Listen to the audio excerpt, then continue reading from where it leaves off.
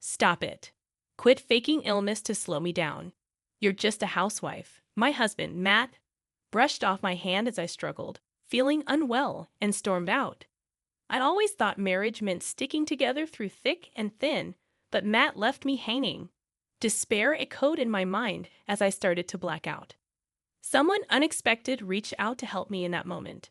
I'm Michelle, 32 years old. I tied the knot with my husband, also 32, a year ago, and we've been living a regular life since we met at work. He supported my decision to keep working after marriage. With both of us working, we split the household chores. But since my husband wasn't great at chores, I ended up asking him to handle only the easy tasks. Surprisingly, he pitched in without complaint, so I had no complaints about our marriage. Then one day, after dealing with some minor health issues, I went to the doctor and got the surprise of my life. Congratulations. You're about 7 weeks pregnant, the doctor announced. My husband and I shared our excitement. I'm going to be a dad. It's hard to wrap my head around it, but I'm sure it'll sink in gradually. We chatted, looking forward to the future. I believed a happy life awaited us, but reality turned out differently. Hey, what's for dinner? It's your turn, right? And the bathroom needs cleaning too. My husband reminded me. I'm sorry. I felt terrible today and couldn't do anything.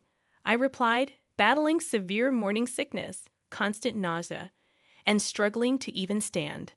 I spent my days in bed, unable to work. I kept missing days, but my husband didn't try to understand my suffering. He was unsympathetic. To him, it seemed like I was just slacking off both at work and at home. He began expressing his frustration more openly with heavy sighs. Hey, don't use pregnancy as an excuse to slack off. I have to work outside. You should handle the household chores, he scolded. I often wondered how he could say such hurtful things, but to my husband, who came home stressed from work, a wife unable to handle household chores must have been frustrating. I considered retreating to my parents' home until my health improved, but I worried it would drive a permanent wedge between us. Morning sickness is temporary, and it should ease up in another couple of months, so I resolved to tough it out until then. However, my husband's disdainful behavior only worsened over time. Although the morning sickness eventually faded, my health remained poor, leading to multiple hospital stays. I made the difficult choice to take a break from work. I couldn't risk jeopardizing the baby's health by overexerting myself during pregnancy. Even after discussing it thoroughly with my doctor and employer, my husband's complaints persisted. Stop depending on me for everything. If you can't work or manage chores, it's your problem, he griped. Maybe he had a point, but every decision I made was to safeguard our unborn child. Why do I deserve such treatment? Despite enduring his unfair behavior, I mustered the courage to bring up our living expenses. My sick pay isn't much. Could you chip in more from your salary? But he remained indifferent. Why should I have to cover your expenses too? Doubts about my future with this man crept in, and my anxiety grew with each passing day. I had hoped that getting pregnant would bring positive changes, but everything seemed to go wrong instead. The final blow came from my mother-in-law, Mary. Michelle, how are you feeling? She asked me one day. Mary had raised my husband single-handedly after divorcing when he was young. She's a caring and active person who has always treated me with kindness. But then she said something that struck a nerve. It's important to stay active during pregnancy. Matt must find it tough to handle chores while working, so you should do your part. Mary's words hit me like a tidal wave. I know she means well. She's been through childbirth herself and has valuable experience. But in that moment, all I could hear was, stop being lazy. Handle all the chores if you're not working. It only made things worse. You're absolutely right, I replied, pretending to agree. I had considered opening up to Mary about my husband's unfair treatment, but her lack of understanding left me feeling even more alone. If you need anything, just let me know, Mary said before ending the call. But I was left feeling unsettled and unresolved. Then came the breaking point. I woke up that morning feeling feverish, battling aches and occasional waves of nausea. Despite my condition, I pushed through and managed to prepare breakfast for my husband. But as I collapsed onto the couch, he looked at me with disdain and remarked, "You don't need to exaggerate how difficult it is." After he left for work, my health took a turn for the worse, and I realized I wouldn't be able to muster the energy to cook dinner. Should I order takeout? I pondered. No, money's tight. I reminded myself. The funds my husband provided barely covered our expenses, and I found myself dipping into savings every month. With the looming medical costs of childbirth, I worried about our financial stability. Summoning the courage, I called my husband. "I'm really not feeling well today. I'm sorry, but I can't manage dinner. Could you grab something on your way home?" His response cut deep. "What? What are you talking about? You're just a housewife." "But I really can't move. If it's shopping, you should handle it. Don't make your husband do such things," he snapped before abruptly hanging up, leaving me in tears. After a while, I heard the door slam open. My husband had returned. "Hey, Matt, what about dinner?" I asked weakly. "I'm heading out for drinks. I'll eat out." "Don't eat dinner?" he dismissed. Feeling feverish and barely able to stand, I pleaded, "I'm really struggling today. I wish you could stay with me." But he brushed me off, saying, "Stop it. Don't get in my way. You're just a housewife. You're probably just faking it as usual," before storming out. Too drained to move, I collapsed at the entrance, silently begging for help in my mind, but the empty house offered no solace. Then, from a distance, I heard a familiar voice calling out to me through the haze of my consciousness, "Stay with me." Who could it be? My consciousness slipped away. When I regained awareness, Mary was by my side, her expression filled with concern as I lay in a hospital bed. "Michelle, oh, thank goodness you're awake," she said with relief. Mary had found me collapsed at home and called an ambulance. "Don't worry, the baby is fine. I'll call the doctor," she'd assured me before quickly leaving the room, wiping away her tears. The doctor informed me that I had severe anemia along with a seasonal cold, which posed risks for the baby. Despite feeling feverish, I was shocked to hear that I had a high fever upon arrival at the hospital. "But how?" Mary questioned me, explaining that she had come over to reprimand me for supposedly slacking off on household chores. After hearing constant complaints from my husband, she decided to check on me and found me collapsed at the entrance. "I'm sorry. I acted harshly without listening to your side," Mary admitted, expressing regret for her earlier judgment. However, there was another reason for her visit. "I wanted to thank you for the gift. That red cardigan suits you so well." It had been Mary's birthday last week, and since I got married, I made sure to send her gifts on both Mother's Day and her birthday. Aware of her increasing sensitivity to cold as she aged, I chose a cardigan this year, stylish yet practical, reflecting her youthful spirit. "I remembered every word you've said, and I truly appreciate the thoughtful gift," Mary acknowledged, her voice trembling with emotion. "I had begun to wonder if you were truly as lazy as my son claimed," she confessed, tears welling up as she apologized for the misunderstanding. "It's all right. I've been wanting to talk to you about my husband, but it's been difficult to find the words," I confessed through tears to Mary. Having her by my side brought some relief to my heavy heart. As we both shed tears, Mary's expression turned to one of fiery anger. "That man, my own son, is unforgivable for letting his pregnant wife suffer like this," she exclaimed, her lips trembling with fury as she tightly clutched her handkerchief. "Michelle, what do you plan to do about your relationship with him?" When I shared my honest thoughts, Mary nodded in solidarity. "I'm here for you, always by your side," she affirmed, her supportive words giving me the courage to take action. After spending a week in the hospital, I was discharged with Mary by my side. Not once did my husband reach out to me during my stay. At that point, I was beyond caring. Upon returning home, I was hit by a repulsive odor, despite having been gone for just 4 days. "What's that smell?" "It's like living with a wild animal," Mary remarked, almost eliciting a chuckle from me, though I held it back. The stench was indeed unbearable. My husband lay sprawled on the living room couch, snoring loudly with drool dribbling from his mouth. "Wake up, you foolish son. Mary's voice echoed through the room, startling my husband awake instantly. Huh, Mom, you? My husband began to protest, but Mary cut him off sharply. Michelle was in the hospital. What's with this mess? Even a zoo would be cleaner. Mary's observation hit home. In just a week, our home had descended into chaos. Empty beer bottles and food scraps cluttered the sink, damp towels and underwear were strewn about, and the floor was sticky with spilled substances. It's worse than a zoo. What kind of life have you been living? I muttered, earning a glare from my husband. Don't act all righteous. This is all because of you. Even a baby wouldn't create such a mess. You can't do anything on your own, can you? I stated calmly, recognizing the truth in my words. Reflecting on it, I realized that I had managed the cleaning and laundry quite efficiently when I was at home. It had never resembled a zoo enclosure, and I had never imagined my husband would be so inept at managing life. Why did you leave, Michelle, and go out? Mary's imposing presence silenced my husband completely. I couldn't help but think that men always seem to cave in when faced with their mothers, regardless of their age. It's not like that.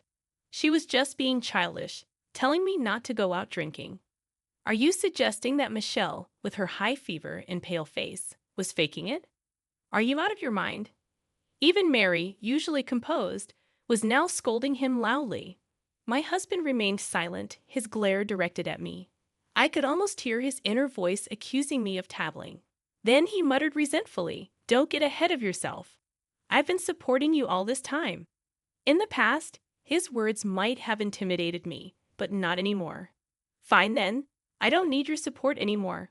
I'm prepared for that. What I'm saying is, I don't need you anymore. What wife would want to stay with a grown man who couldn't take care of himself? I had reached my breaking point with my husband. His verbal abuse was intolerable, something that perhaps could have been resolved through discussion. However, he had crossed another line by leaving me with a high fever to go out for drinks. As his wife lay in the hospital, he transformed our home into a den of filth, failing miserably at the responsibilities of both a husband and a father. And what were you really doing, suddenly going out for drinks? I demanded, fixing him with a stern glare. My husband visibly flinched, a comical reaction considering the seriousness of the situation. That's none of your business, he retorted defensively. No, it is my business. I'm your mother. I have every right to know. Tell me the truth. Mary asserted firmly, causing my husband to tremble with panic. If you won't confess, should I present the undeniable evidence? Evidence? What do you mean? His complexion paled as realization dawned on him. Yes, confess now. You're only making it worse for yourself. Under Mary's unwavering interrogation, he finally hung his head in shame and admitted, I'm sorry. In essence, he had been having an affair with a coworker since I became pregnant and managing household chores, and his responsibilities became too much for him to handle. What's her name? Which department? How often did you meet each week? Mary and I bombarded my husband with questions, capturing the entire confrontation on my mobile phone. All right, confession evidence collected. Thanks for speaking up so honestly, I said with a smile as I stopped the recording. My husband's expression hardened once more. You tricked me. Yes, who would have thought you were actually cheating? Thanks to you. We didn't have to hire a detective. Much appreciated, I replied coolly. You deceived me, my husband spat out in frustration, trying to shift the blame onto me for his infidelity. His logic was baffling. You were just pretending to be sick to get my sympathy, weren't you? He accused. It's mutual, not even close, I retorted, feeling increasingly despondent as he refused to acknowledge his own faults. Mary let out a deep sigh and muttered, selfish, tyrannical, always making excuses. You're just like your father, whom I divorced, you know that? Dad. My husband was taken aback by Mary's unexpected revelation. That's true, he admitted quietly, his resentment towards his father resurfacing. His father was infamous for causing trouble when drunk, but my husband never imagined he'd be compared to him. I never got drunk and caused a scene, he protested, but Mary was referring to something deeper. Your father also abandoned me during my pregnancy to go drinking, remember? Sons often mirror their fathers. I should have divorced him before you were old enough to remember. Mary explained, her tone tinged with both disdain and sorrow. My husband was left speechless, frozen in shock. A father who negatively influences his children is better off gone, don't you think, Michelle? Mary turned to me for agreement. Yes, it's unnecessary. In fact, it should be avoided, I concurred. With Mary's valid reasoning for divorce, my husband, still speechless, was handed the divorce papers by me. However, he clung to us desperately. Let's reconsider this. We're going to have a child. Can't we calm down and talk? His pleading tone resembled that of a child begging his mother. What are you saying? That ship has sailed long ago, I replied firmly. So what am I supposed to do now? He asked, covering his face in distress, but still showing some resistance. Mary delivered the final ultimatum. Enough. If you persist in clinging to Michelle, I'll sever our mother-son relationship. What will you choose? Why won't you take my side, Mom? He appeared defeated, while Mary stood resolute by my side until the end. Eventually, I filed for divorce in my 7th month of pregnancy. I hadn't anticipated our relationship deteriorating with the impending arrival of our child, but perhaps it was inevitable. Following the divorce, I moved back to my parents' home and gave birth to a healthy baby boy. My parents were taken aback, having been unaware until my return with a visible pregnancy. The lawyer recommended by my father handled the divorce proceedings, ensuring compensation for the mental and financial distress I endured. Additionally, I made sure the other woman contributed her share post-divorce. Despite my ex-husband's repeated visits to my parents' house, pleading to see the child, I responded with biting sarcasm. When will you fulfill your child support obligations? To which he nonsensically replied, we don't need that. We're family, we belong together. What nonsense! Just fulfill your basic duty as a father. Even if you were a failure as a husband, you still have responsibilities as a parent, or are you even worse than zero in everything? I watched as my husband left, his expression resembling that of someone struck on the head, visibly dejected. His father's influence must have left a lasting mark on him. Word began to circulate that he had resigned from his job. He vented to his colleagues about our divorce, adamantly asserting his innocence, but it backfired spectacularly. Whether he truly believed he was blameless or not, his recounting of the verbal and physical abuse he inflicted on me only fueled disdain from his coworkers. Simultaneously, rumors of his affair with a female coworker spread like wildfire. His reprehensible behavior garnered no sympathy, resulting in his ostracization at work and eventual resignation. Despite his delusions of reconciliation, I harbored no such intentions. Michelle, are you planning to return to work soon? How's your health? A concerned acquaintance inquired. Yes, I'm much better now. I need to work for the sake of my little one. I replied resolutely, that's what being a dependable mom entails. Unbeknownst to my ex-husband, I occasionally meet with Mary and my child. Initially hesitant, Mary insisted that we were strangers after the divorce, but upon hearing my heartfelt gratitude, she gladly held my son. Please guide me as a fellow single mother, I implored. Leave it to me. Let's support each other like comrades or detectives who've vanquished a villain, she responded with a warm smile. Somehow, Mary and I have forged a closer bond than ever before. It's not a bad relationship at all, but at times, I can't help but worry. You're just like your father, Mary's words echo in my mind. Will my child follow in his father's footsteps one day? Is blood truly thicker than water? It's futile to dwell on such thoughts now. It's a concern for the distant future. However, I am resolved to instill in him the values of righteousness, kindness, and empathy. My son is simply my son, nothing more, nothing less. As a mother, my sole purpose is to dedicate my life to nurturing him.